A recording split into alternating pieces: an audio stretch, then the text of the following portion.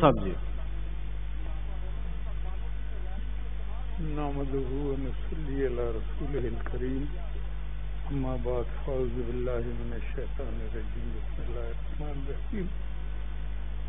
میں اس لیے کھڑا ہوا ہوں جناب چیئرمین، آپ کا شکریہ کہ ہماری پارٹی کا بھی موقف اس سے آنا چاہیے. یہ ویسے تو کوئی ارادہ میرا نہیں تھا، ایک ایسی بحث چڑھ گئی ہے جو بڑی فنڈامنٹل ہے، تو اس میں ظاہر ہے ہماری پارٹی کا موقف آنا جو ہے وہ ضروری ہے. اور میں یہ بھی سمجھتا ہوں، میں اس بات سے اتفاق کرتا ہوں کہ ہر مسئلے پہ گفتگو ہو سکتی ہے، لیکن گفتگو کے کچھ مروجہ طریقے ہوتے ہیں. کچھ مسائل ایسے ہوتے ہیں اس وقت کسی بھی وقت آپ بات کر سکتے ہیں، لیکن اگر آئین کی بات یا آئینی ترمیم کی بات تو اس کے لیے پہلے پرائیویٹلی بھی بات ہوتی ہے، پارلیمنٹ ہی میں ہوتی ہے. حکومت کو اپنے تعلقات بہتر رکھنے ہوتے ہیں اپوزیشن سے، حکومت کو گورننس دکھانی ہوتی ہے. پہلے بہت سارے جو کام اصل میں اصل میں جو کام انہیں بہت سارے کرنے چاہیے تھے جو ہوئے نہیں بلکہ اس کا الٹ ہی ہوا ہے، وہ ہو جاتے. آپ کی ورکنگ ریلیشن شپ ٹھیک ہوتی، آپ آپس میں بات کرتے، پھر اس بات کے نتیجے میں اگر کہیں پہ کوئی اپوزیشن اور حکومت کے درمیان کنسنسس ہوتا تو وہ کسی بھی صورت میں یہاں پہ لایا جا سکتا تھا. ایسی کوئی بات نہیں ہے کہ کسی بات نہیں، لیکن اچانک کبھی صدارتی نظام کی بات ہوتی. بھائی صدارتی نظام کس لیے؟ کیا لیاقت علی خان کے بعد تقریباً صدارتی نظام نہیں تھا گورنر جنرل کے روپ میں؟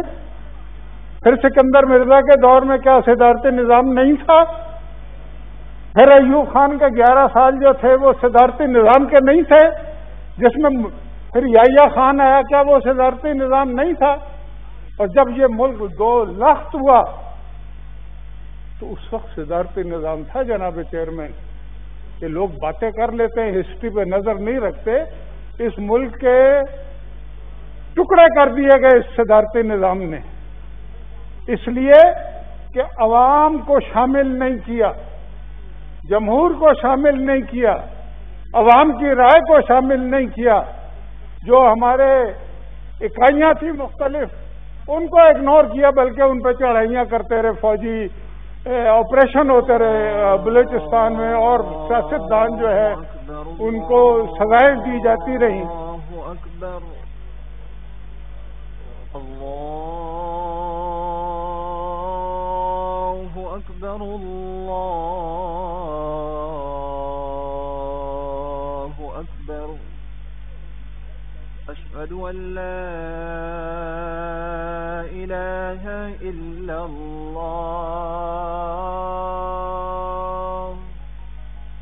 اشہد ان لا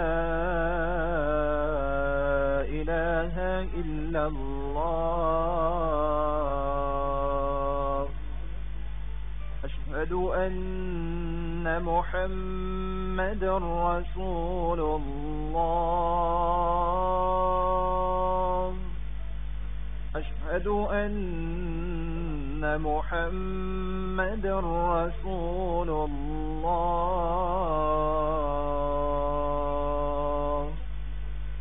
حی علی الصلاة. حی علی الصلاة. حی علی الفلاح.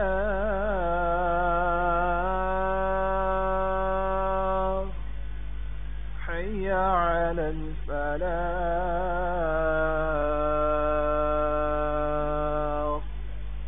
اللہ اکبر اللہ اکبر. لا الہ الا اللہ. جی مشاہد اللہ خان. جی میں جناب چیئرمین یہ گزارش کر رہا تھا صدارت نظام کی بات تھی. میں بڑی تیزی سے جلدی کرنا چاہتا ہوں کہ آپ دیکھیں اس کے بعد جنرل ضیاء الحق کا ماشاء اللہ لگ جاتا ہے. کیا وہ صدارت نظام نہیں تھا؟ مجلس شورا بنا کے اور غیر جماعتی الیکشن کرانے سے نظام نہیں تبدیل ہوتے. اوپر تو وہی بیٹھے ہوئے تھے صدر بن کے. پھر کیا پرویز مشرف کا نظام صدارتی نظام نہیں تھا؟ جس طرح سے 2002 کے الیکشن کرائے گئے تھے وہ ساری دنیا کے سامنے ہیں. مجھے بڑا اچھا لگا آج ہمارے لیڈر آف دی ہاؤس کہہ رہے ہیں کہ بھائی جمہوریت ہے, کوئی ڈکٹیٹرشپ تو نہیں ہے. مجھے بڑا مزہ آیا. وہ ہمیں جو درس سنا رہے تھے ڈکٹیٹرشپ اور جمہوریت کا, میرا بھائی وزیر تھا مشرف صاحب کے ساتھ. ہاں ہمارے پاس بھی ہیں تو وہ اس طرح کا درس نہیں دیتے. آپ ہمیں درس دے رہے ہیں نا, تو بڑا زمین و آسمان کا فرق ہے اس کے اندر. جی مشاہد صاحب پلیز. جی تو اب ضرور درس دیں, لیکن بھائی آپ کیا بات کر رہے ہیں؟ اب صدارتی نظام کی پھر بات ہے. یہ کل کی بات ہے. پرویز مشرف صاحب اس ملک کو تباہ و برباد کر کے گیا. وہ آدمی صوبوں میں منافرت پھیلا کے گیا ہے. لوگوں کا قتل عام کیا اس نے کراچی میں. اکبر مفتی کو قتل کیا اس نے. یہ صدارتی نظام نہیں ہوا نا بھائی, یہ جمہوریت میں تو نہیں ہوا. اگر جمہوریت میں ہوتا تھا تو داد رسی ہو جاتی تھی.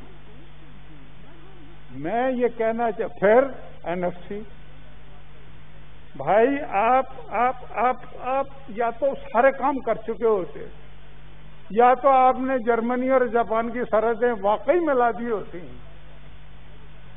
یا آپ 1 کروڑ گھر بنا چکے ہوتے. کچھ بھی تو نہیں کیا جناب. اپنے منشور کو تو دیکھیں کن چکروں میں پڑے ہوئے ہیں, اور انہیں معلوم ہے کہ یہ کچھ بھی نہیں ہوگا. کسی کو جرأت نہیں ہے کہ یہاں پہ صدارتی نظام کو لے کے آئے, یا NFC کو تبدیل کرنے کی کوشش کرے, یا 18ویں ترمیم کو ختم کرنے کی کوشش کرے. ہم بھی یہیں پہ موجود ہیں. کسی کی خواہشات سے نہیں ہوتا. ہم اس فیڈریشن کا یہ فیڈریشن کو ٹکڑے ٹکڑے کرنے کی بات ہے, جس کی ہم اجازت نہیں دے سکتے. لیکن میں یہ بتانا چاہتا ہوں, بابر عوام صاحب نہیں ہے, وہ اچھی بات کر کے چلے گا. ان کی بات کا مطلب یہ تھا کہ یہ فضول باتیں, کچھ نہیں ہو رہا ہے ایسی بات. اس کے باوجود ہوتی ہیں نا. اس کے باوجود کیوں ہوتی ہیں؟ اس لیے ہوتی ہیں کہ اصل کام تو ہو نہیں رہا, تو لوگوں کی توجہ تو ادھر ادھر کرنی ہے نا. کبھی کچھ وزراء جو ہیں الٹی سیدھی پریس کانفرنسیں کرنے لگتے ہیں. میں اگر آپ سے اجازت لوں 1 2 4 منٹ کی, میرے بارے میں نام لے کے میں حیران رہ گیا کہ یہ حکومت چل کیسے رہی ہے, کہ جس کے فیڈرل منسٹر جھوٹ بول رہے ہیں اوپنلی, یا جھوٹ بول رہے ہیں یا ان کو حقائق کا پتہ ہی نہیں ہے. مثلا میرا نام لے کے 3 وزراء, آج وہ نہیں ہے, شبلی فراز صاحب بھی تھے ان میں, ہمارا بھائی ہے وہ بھی بیٹھا ہوا تھا. دوسرے وہ جو ہیں آج کل بڑے بہت پریس کانفرنسیں کر رہے ہیں, کیا نام ان کے, کراچی سے, اور وہ احتساب اکبر صاحب وہ بھی تھے.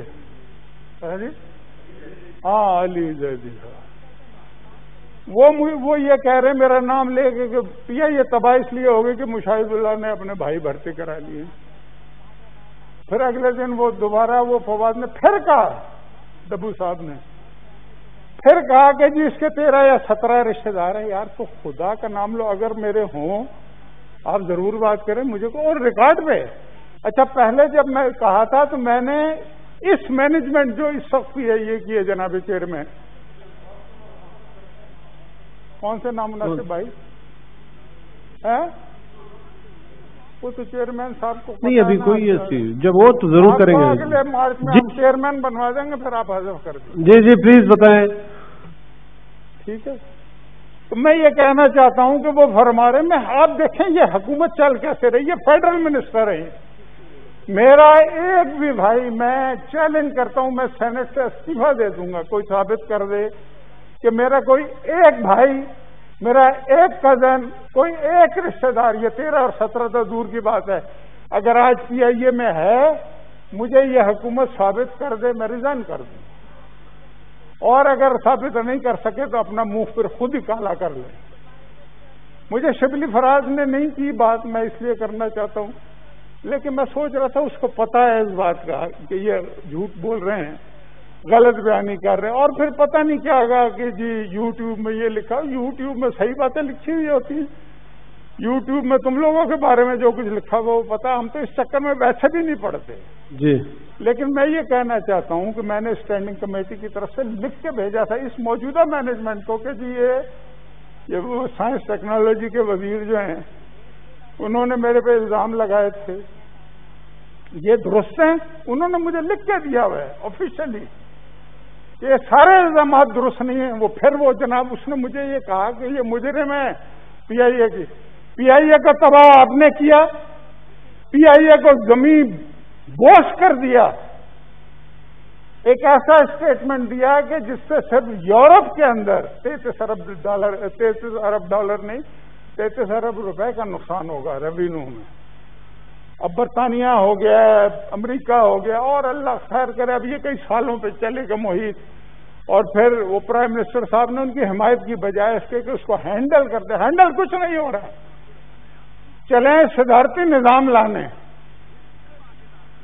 پلے نہیں تیلا تو کر دی میلا میلا، واہ واہ واہ، مطلب تم نے جو اپنے بنیادی وعدے کیے تھے وہ تو پورے کر لو، خدا کا نام لو، کیا باتیں کرتے ہو، کیسے کر لو گے، تمہاری کتنی اکثریت ہے، 6 تو وزیر اعظم تمہارے پھر رہے ہیں آج کل بنے ہوئے، تمہیں صدارتی نظام کی پڑی ہوئی ہے، 18ویں ترمیم کی پڑی ہوئی ہے، بھائی اپنے گھر کو تو سنبھالو پہلے۔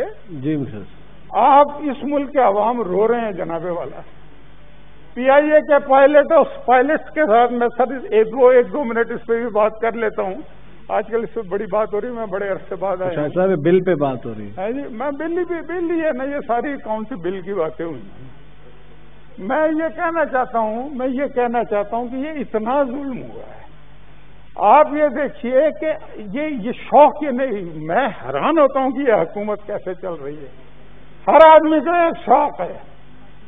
اب وہ وزیر نے کہا جی میرے گھر میں موٹر سائیکل پہ کوئی لے گیا، اگلے دن وہ پرائم منسٹر کے پاس لے گیا، وہ ان سے اجازت لے کے اس نے پریس کانفرنس کر دی، مطلب اس نے کوئی پتہ ہی نہیں کیا کہ یہ صحیح ہے غلط ہے، کیا ہے، سچ ہے جھوٹ ہے۔